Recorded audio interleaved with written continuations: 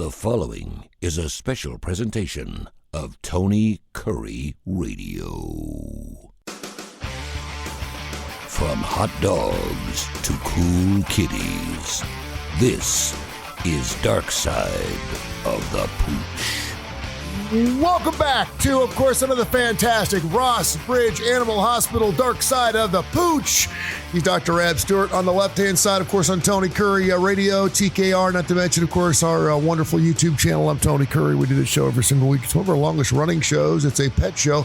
It's funny because, sometimes I was speaking down in Shelby County on Friday to some people down there, some court people. I was asked to come down and speak. And it was wonderful. And several people were like, man, I've been a fan of yours for a long time. So don't get angry with me. What the hell are you doing now? And I'm like, no, this is good. I need to meet people because for 40 years, all people had to do is turn the radio on. Now they have to find me. And so I was explaining to them what I was doing. And as I pulled up my app on my phone, your show was running. And they're like, oh, what's that? There's a Pink Floyd. I said, no, it's Darkside of the Pooch. It's a show about pet care with Dr. Stewart. And they're like, do you do pet shows? I'm like, yeah. And so I explained to them that I'm doing all these different things. The next thing you know, so you got a bunch of people listening to your show all at one time. It was great. It was wonderful. How you doing, man? Everything good?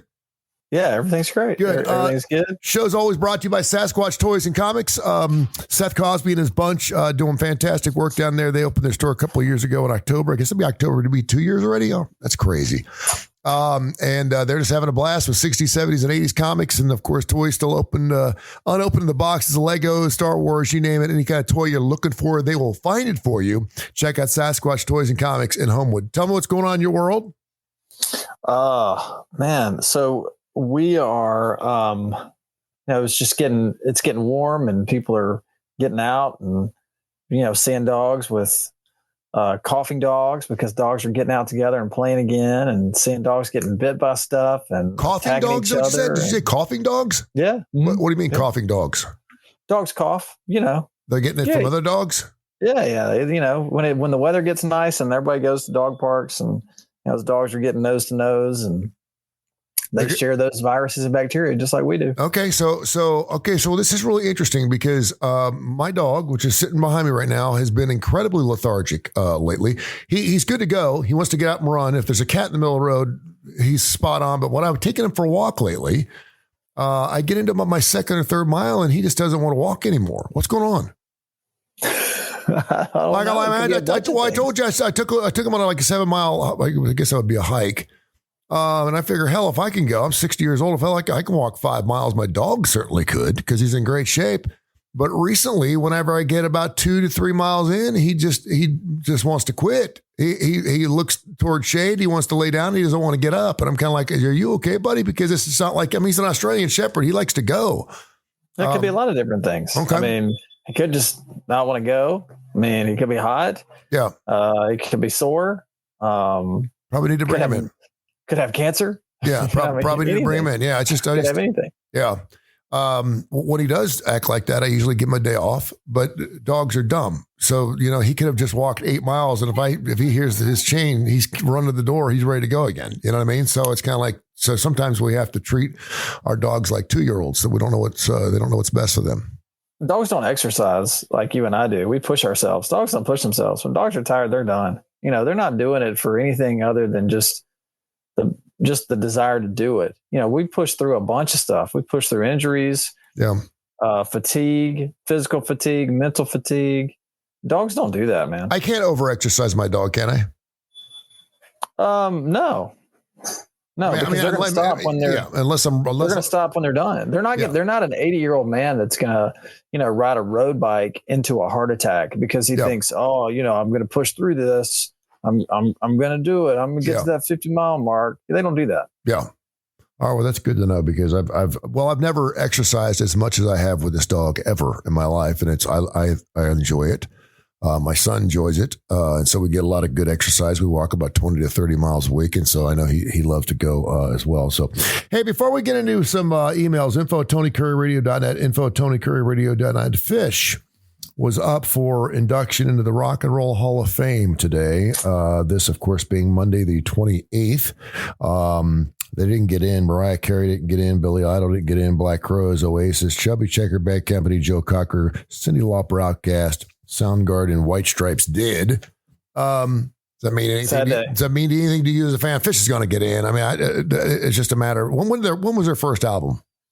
Their first album was 1983. Okay, so this is very interesting because the only qualification to get in the Rock and Roll Hall of Fame, the only qualification is you must have an album at least 25 years or older.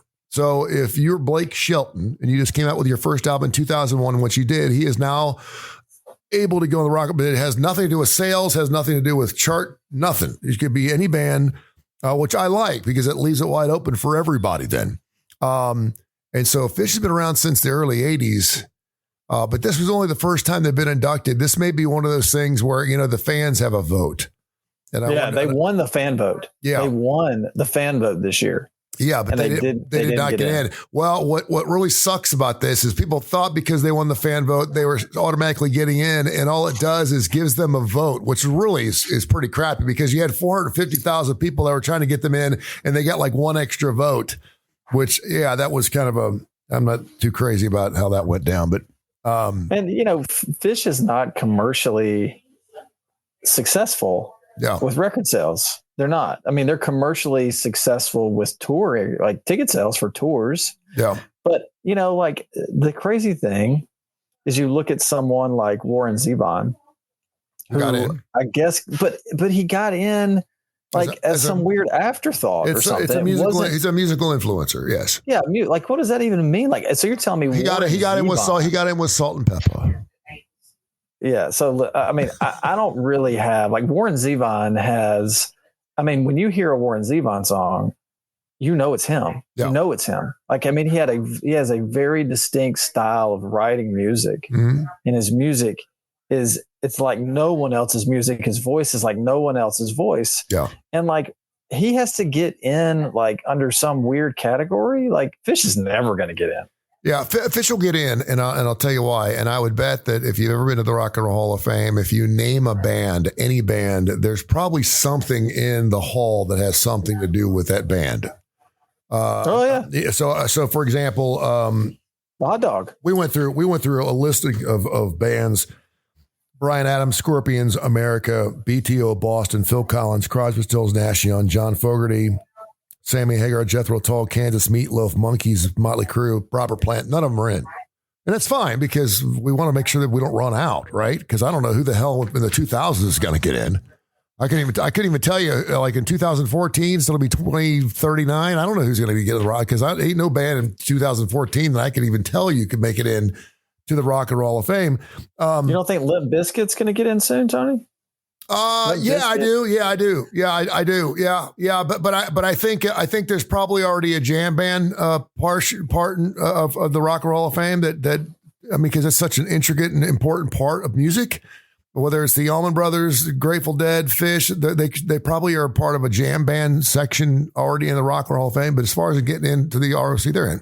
They'll get in. All right, so enough about Fish, the band. I did want to mention, you mentioned dogs obviously getting tired and dogs outside a lot. My son has got serious allergies. A lot of that has to do with the fact that he can't keep his face off our dog. He loves to give our dog Zerberts. How much pollen and stuff actually comes inside the home from dog fur? A lot. I mean, this time of year, I sneeze a ton, and I'm not allergic to dogs. I'm allergic to all the stuff that comes in on the dogs. Okay. They're doormats for pollen. I mean, They go outside, they roll around, and just standing there. I mean, think about this. You go outside, and unfortunately, it's not as bad as it was, but I mean, you park your car outside for an hour, it's covered in pollen. Yeah. Dog stands outside for 30 minutes, it's going to get pollen all over it. Would it help to shake them down a little bit before you bring them in? Just shake them off, a little bit? Yeah. Yeah, bathe them. Well, rub them down. Yeah, rub them down. All right. Because it seems like my allergies haven't been that bad this year, and I haven't seen like the piles of yellow stuff on the cars like I normally do, but I can feel it, and it's not good. Also coming up this weekend, the first weekend in May. You know what that is? First weekend in May every year is an animal lover. You should know this. Is it Doodah Day? It is not Doodah Day. It's close. It's Kentucky Derby weekend in Kentucky. Yeah. And I always have several emails, info@TonyCurryRadio.net, wanting to know if you've ever worked on horses. I think it's because you've mentioned the fact you worked on giraffes when you first got started. And I love that story you've told about giraffes. But any good stories you want to tell me about horses? Any of your thoughts on the Kentucky Derby? Do you? Well, come on. Let's get it on. Give me a couple of good horse stories. So I grew up on a horse farm. Yeah. And also, when I was in school, I thought I was just going to do horses for my whole life. Really? Yeah. So I did an internship at a practice in Arizona, and they only did horses 24 hours. The best horse story I can give you is the horse story that pushed me out of the horse business. Okay. So this place that I worked was a specialty practice, was also a general practice.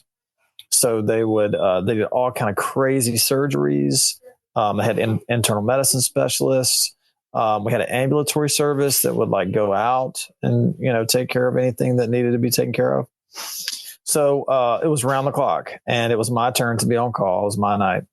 And so back then, this was 2010, and we were still working with a beeper. Mm-hmm. So the pager went off, gives you the number to call. I call the number, and I love Phoenix. It's it's in my top 5 favorite cities in America. I love it. It's so awesome. Mm-hmm. But Phoenix, like any other, metro area, it has its suburbs that are known for certain things. Yeah. And there was this suburb that had the greatest name of any suburb that I've ever been to. It's called Apache Junction. Apache Junction. Okay. So, Apache Junction is exactly what it sounds like. It is it's almost like Land's End for Phoenix. Okay. You got a lot of lots of trailers, mm-hmm. lots of backyard horses, mm-hmm. Lots of people who may not know how to take care of their horses, mm-hmm. Lots of broken down lawn equipment in people's yards. Yeah. That's Apache Junction. Yeah. So I get a call about midnight, Apache Junction. And so I go out there, and it's like a boarding facility. It's not a nice one. I mean, some of the boarding facilities in Phoenix are incredible. A boarding facility for animals? A boarding facility for horses. For horses, okay. So horses have their own boarding facilities. Yeah. And like you want to talk about these horses that are in Lexington, mm-hmm. for the Derby. Yeah. I mean, they live in accommodations that would make, oh yeah, it's people in this country cry. Yeah. Okay. Yeah. So anyway, this is not what we're dealing with in Apache Junction. So I get there, and there's this lady comes out. Not sure when the last time she had a bath or brushed her teeth was. No idea. But she comes to me and she says, "Hey, look, I'm really glad you're here. Our horse, we think, was bitten by a snake." And so I say, "Okay, no problem. Show me the horse." And we go to this round pen. And so a round pen is exactly what you think it is. It's a pen for a horse, and it's round. Uh-huh. And this particular round pen was made of wood. And it was basically about to fall down. Okay. So horse is in there, and it's a Mustang, and it is what we would call not broke. Yeah. Okay. So it is a wild Mustang. Wild horse. Yeah. Yeah. It's basically it's like dealing with a feral cat, mm-hmm. except it doesn't weigh 8 pounds. It weighs 1,200 pounds. Yeah. 1,500 pounds, whatever it is. And so the thing is just doing laps around the round pen. As fast as you can. The thing's just going crazy. And so there's no way I'm going to be able to look at this horse. So we basically lasso it, slow it down. It's still running. I pull up some sedation, and as it's running by, I pop it really quick with sedation. Mm-hmm. It slows down enough for me to look at the leg. And so, we finally get the thing taken care of. At this point, it's probably 3-4 o'clock in the morning, and get everything taken care of. The lady writes me a check. I put the check in the truck. I drive back from Apache Junction to Gilbert, Arizona, where our building was and where I live across the street. Get a couple hours of sleep, and I get up and go back to work. Go back to work. Okay. See a couple of patients. Then I go inside into the office, and had a sweet little girl that worked in that office named Bree.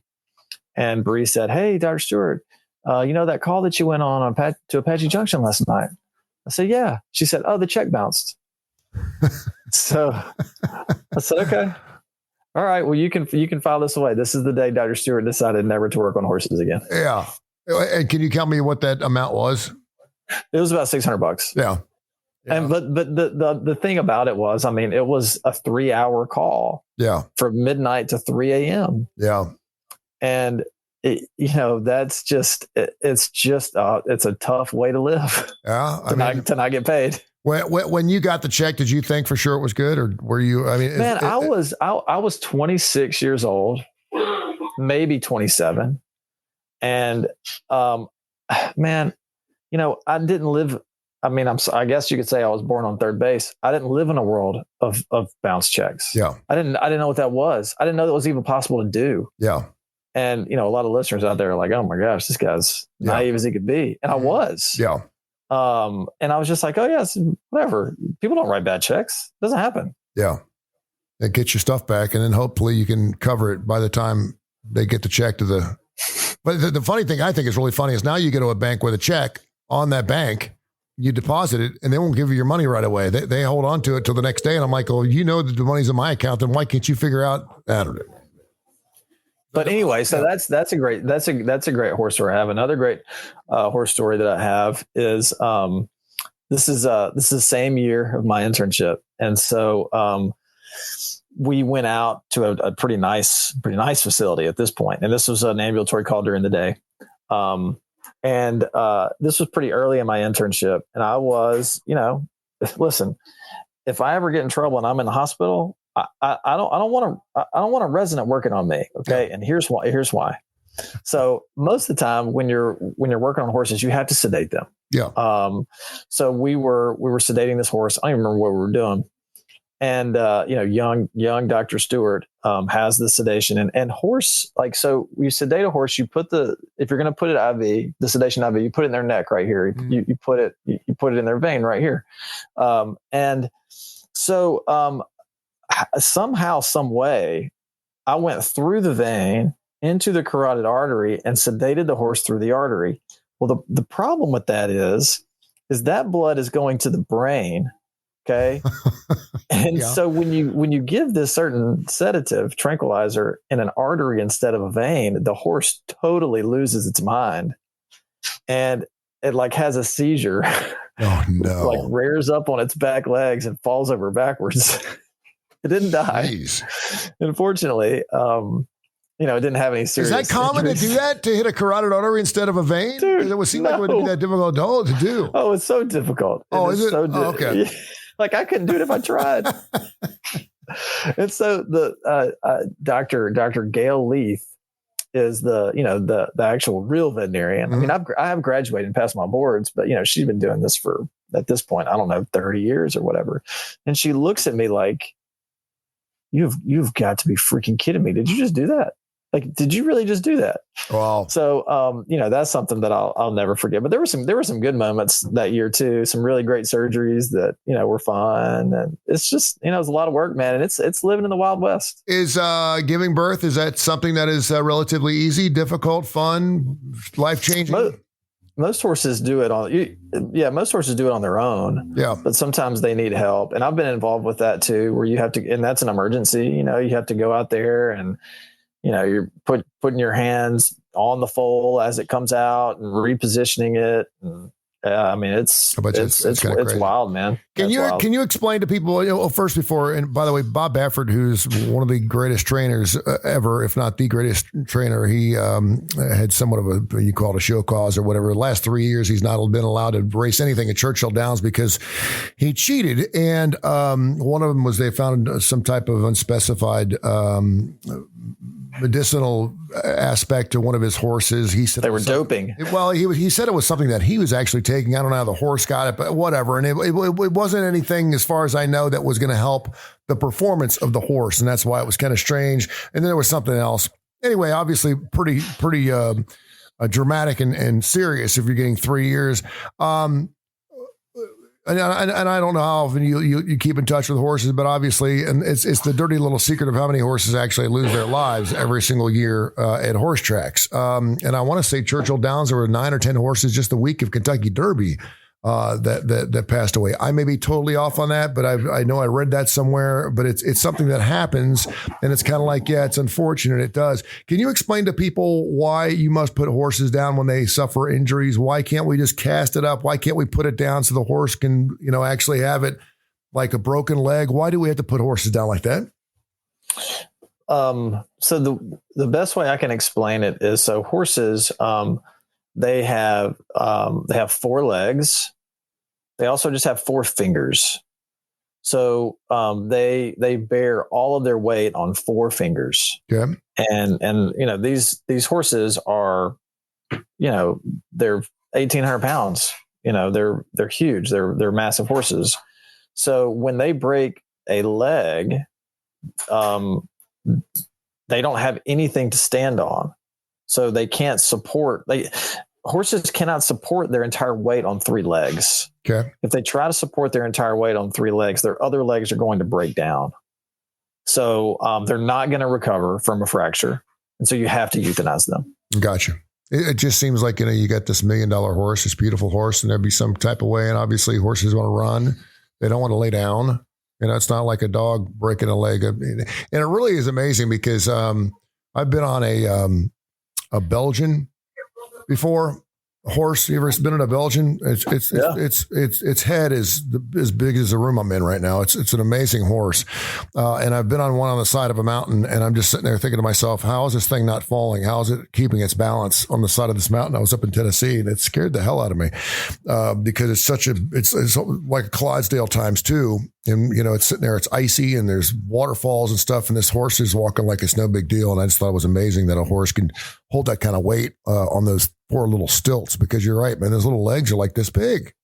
Yeah. I don't trust horses. Yeah. I don't trust them. I don't trust them to not try to throw me off. I don't trust them to really not try to kill themselves. Yeah. I don't I worked for a guy, now that surprises me because you said you wanted to work with horses, right? And a bad check's not enough to get Dr. Reb to give up on her dream. Well, but the hours were.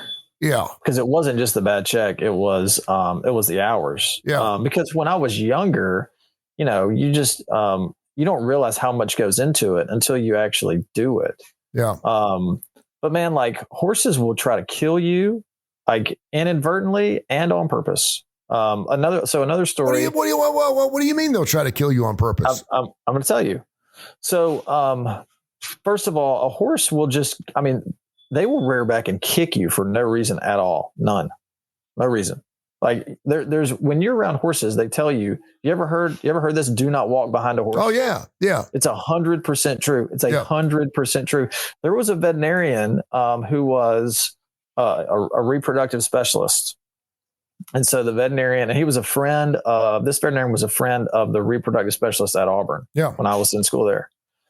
And so the specialist was collecting a male horse so that they could breed a female. And so horses that are intact are called studs. You collect the stud. You have a dummy, a mounting dummy. You let them dance around a female that's in heat. Then you take them to the mounting dummy. There's a special device. It's basically a fake vagina. Mm-hmm. And the horse, you insert the horse into it, has sex with a fake vagina, you get the semen, and then you breed the female. Well, these stallions are so wild and crazy, and they're flailing everywhere. You have to wear you're supposed to wear helmets and stuff when you do this. Yeah. And so this repro specialist, as he's collecting the stallion kicks him in the head and he dies, literally dies. Wow. But so if you walk behind the wrong horse, the thing's gonna fire off at you like a shotgun. Yeah. There was one time where horses have their GI tract. It basically just floats around in their abdomen. It's connected on one axis, and the other axis it's not. So it can get twisted up. They get a lot of impactions because they're eating stuff off the ground. So you get a lot of sand impactions, especially in Phoenix. They're always eating stuff off the ground. Mm-hmm. So this horse had an impaction. And when it happens, you have to do surgery on it a lot of the time. Sometimes they can work it out themselves and they'll pass it. But a lot of times it's surgery. So it's a massive undertaking. So anyway, this horse comes in and it's called colic. When this happens, the horse is called colic. So the horse comes in, it's colicky. I mean, the horse is trying to kill itself. Like literally it's kicking itself in its belly. Its belly hurts so bad. Wow. So, I'm the intern. I'm out there trying to work the case up. And so I'm taking the horse's temperature rectally, of course. Mm-hmm. The horse is trying to kick its belly. Okay. But it reaches back too far. And I'm standing exactly where I'm supposed to be standing.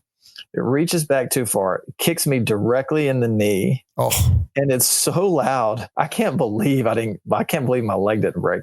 It kicked me so loud that the surgeon ran. I'm not kidding. This is a true story. He ran out from the office because he thought that the owner of the horse had brought a shotgun and shot it in the barn. God. Wow.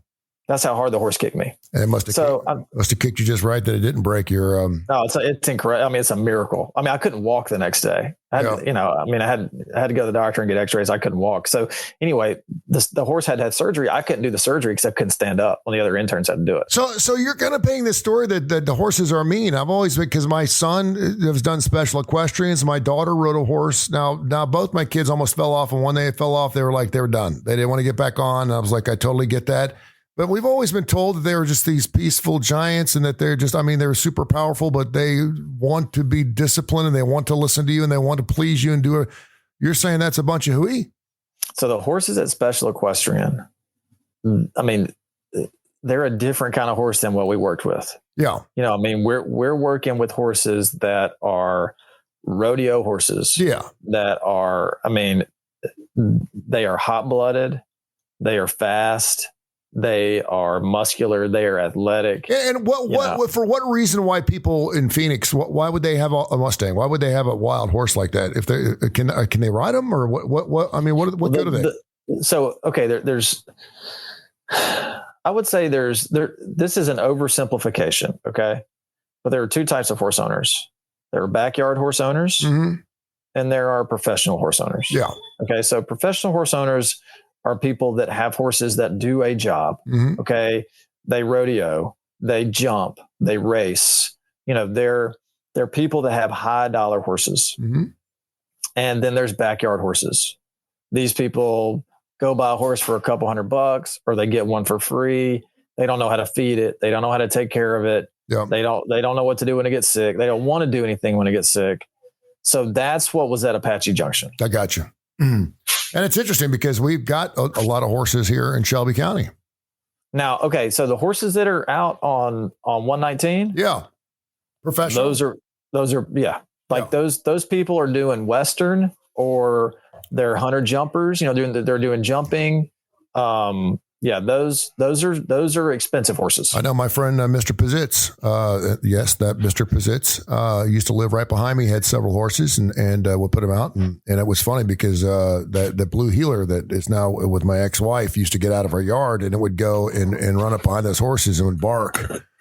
And man, I'm like, if that dog takes a hoof to the head, it's done. I mean, it's finished. And those horses would be kicking because he would get behind them because the horses couldn't see him that way.